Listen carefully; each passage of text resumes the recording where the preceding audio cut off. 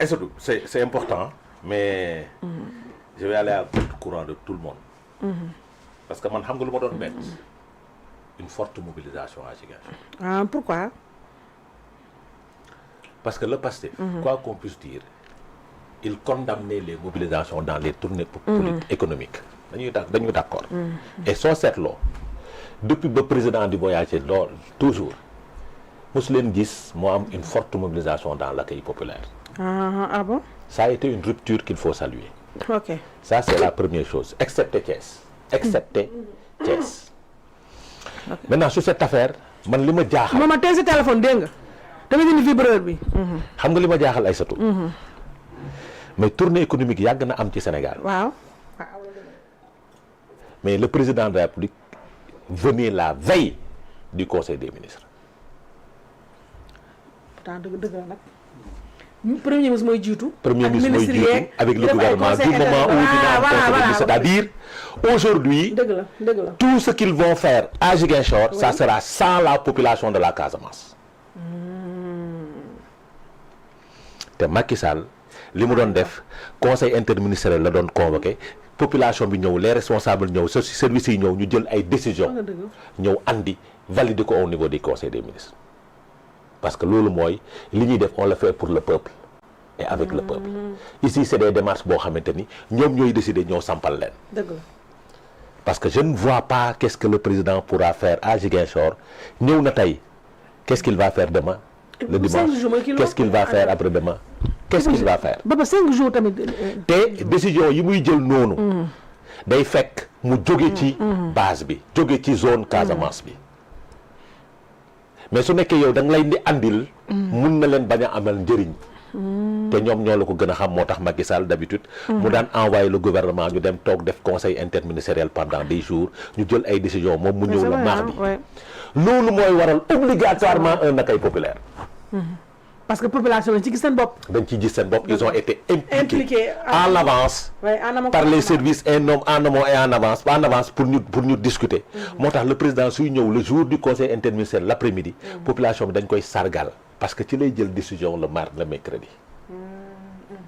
maintenant fii c'est le contraire qui se fait parce que président warul dem ci gox à l'intérieur du Sénégal war fa tenir conseil des ministres te son premier ministre nekk Dakar mënul nekk le président devait être là. mais yow naka nga jàngatee le fait que Sonko demul di xaar veille conseil des ministres politiquement. su nekk lii may wax c'est l'aspect institutionnel. bien sûr mais politiquement. oui un président de la République qui sort. dem il y a pas de mobilisation il a été désacralisé comme ni ñuy waxee. le premier ministre vient et que la population sorte c'est un désaveu politique. pour le président absolument je suis d'accord. surtout que.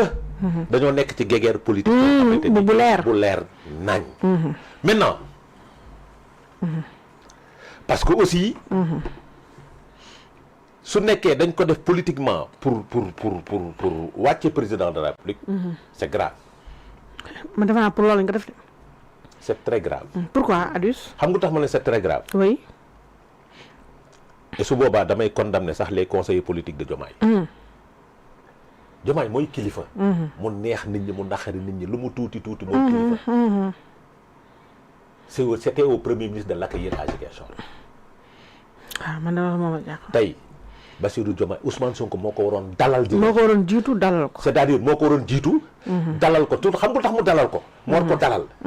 parce que il fut maire de Ziguinchor. et base affective la fa am.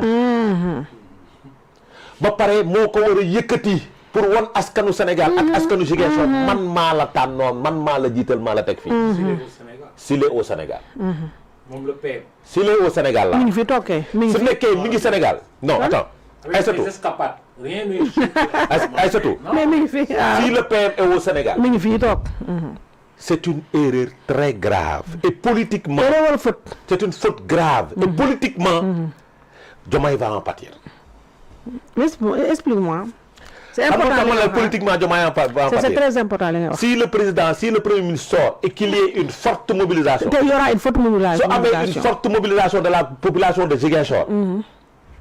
xamal ni c'est un coup orchestré et monté par les loolu mooy am nag moom pour wàcce le prochaine day Sonko mooy wàcc Ziguinchor maintenant nag dëkk ba màbb politiquement oui Mimi Touré a fauté comment ça waruloon toog Makka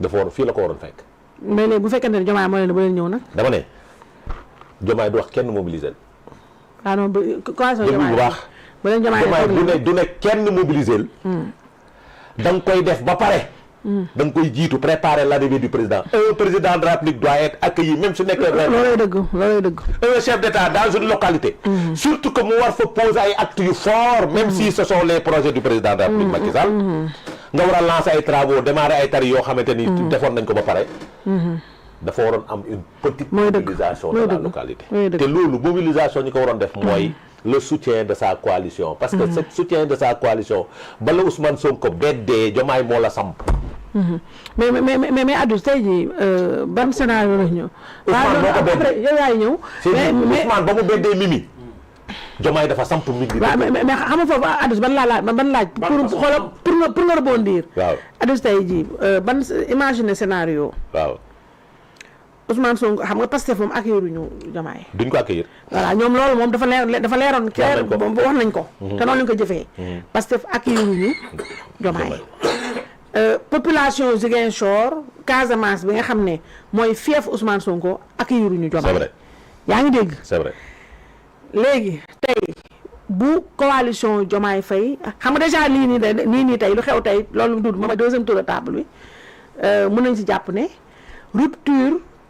la rupture est actée entre Pastef et Bassirou Diomaye Faye. Sur le plan politique. Sur le plan politique. Mais sur le plan politique ma amul beneen plan. waaw léegi tey ji bu coalition Diomaye Faye ñëwoon. waaw déglu baax parce que dafa am question subsidiaire. léegi bu coalition Diomaye Faye ñëwoon accueillir Bassirou Diomaye Faye.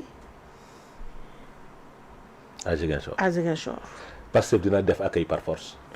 àggale. xam nga tax. c'est-à-dire il faut que chacun d'eux cache son jeu. ok tey su Diomaye jëloon initiative coalition Diomaye jël initiative. dem à Ziguinchor travailler sur l'accueil du président. même su nekkee 100 personnes la. Pastef dina def loolu par force pour cacher le jeu. pour am lu mu camoufler quoi. pour am lu mu calculer parce que dañoo nekk ci jeu de théâtre te dañuy nekk ci cinéma. mooy seen photo dañuy théâtre pour wane ni. y a pas de problème entre eux. dina ko am. Est-ce que tu comprends? Oui. Loolu amul, cet acte politique n'a pas été posé. Puis le Pastef sera toujours dans ses actes politiques. Est-ce que tu comprends? Maintenant nag dem na Cap Skirring. Le Pastef est très fort là-bas. Population bi génnewul. mu jógee ci Cap Skirring dem Ziguinchor. war a dem kër yaayu Ousmane Sonko à Grand Dakar. Les populations ne sont pas sorties pour le mobilier pour l'accueillir. C'est un problème. te pourtant ndigal jiboon na de. oui ndigal voilé jiboon na. waaw parce que nag. ndigal voilé. waaw parce que su waxuloon. les gens allaient l'accueillir. moo tax loolu kon loolu code la. voilà su waxuloon. waaw bu ne woon ak génneen accueillir ko. mooy lii moom moo wax ci déclaration. comment il s'appelle. Waly Diouf Bodian. parce que man dama jàpp ni. très important la nga. il n'avait pas besoin de demander que les populations sortent pour l'accueillir. am na parce que ba mu waxee que les populations yi génn pour dalal ko. ci la ay voix discordantes amee. kii Momar. doo waxale ñoo defar café est-ce que yaa ngi comprendre donc su noppi woon. bàyyi les choses se faire naturellement. je pense que réellement. que donc il l'a fait exprès. mais attends. merci ci la voix discordante yi génn. ba nit ñi commencé génn naan. duñ ko accueillir il a fait est-ce que tu comprends. il a fait exprès Ziguinchor même. am na ay nit ñu doon wax ni duñ ko dalal. ñu bëri parce que il a demandé d'une manière voilée. de ne pas sortir. voilà. les gens ont suivi. mais tu comprends. dëgg la et Waly Diouf nous dit dans son tweet. qu'il y a des gens qui travaillent pour. faire échouer la visite. saboter pour saboter. la visite du président. n'est-ce pas. oui. qui a saboté la visite du président d'ailleurs pour votre information man jox nañ ma ko léegi fi ma toog nii. pour des questions de sécurité moo tax nee nañ. joxewuñu l'itinéraire ce qu'il va faire à Ziguinchor loolu lañ ma wax léegi. xam nga c'est ridicule. est-ce que tu comprends. maman et loolu kaa dimbale ma ci nekk ñu jëli joxoon la ko xale yi defar ils sont dans le tâtonnement parce que exactement pour man xamuñu damaa jàpp ni xamuñu ñu war a def à Ziguinchor man pour man parce que pour des questions de sécurité wu loolu amul itinéraire bi mën nañ ko téye su leen neexee.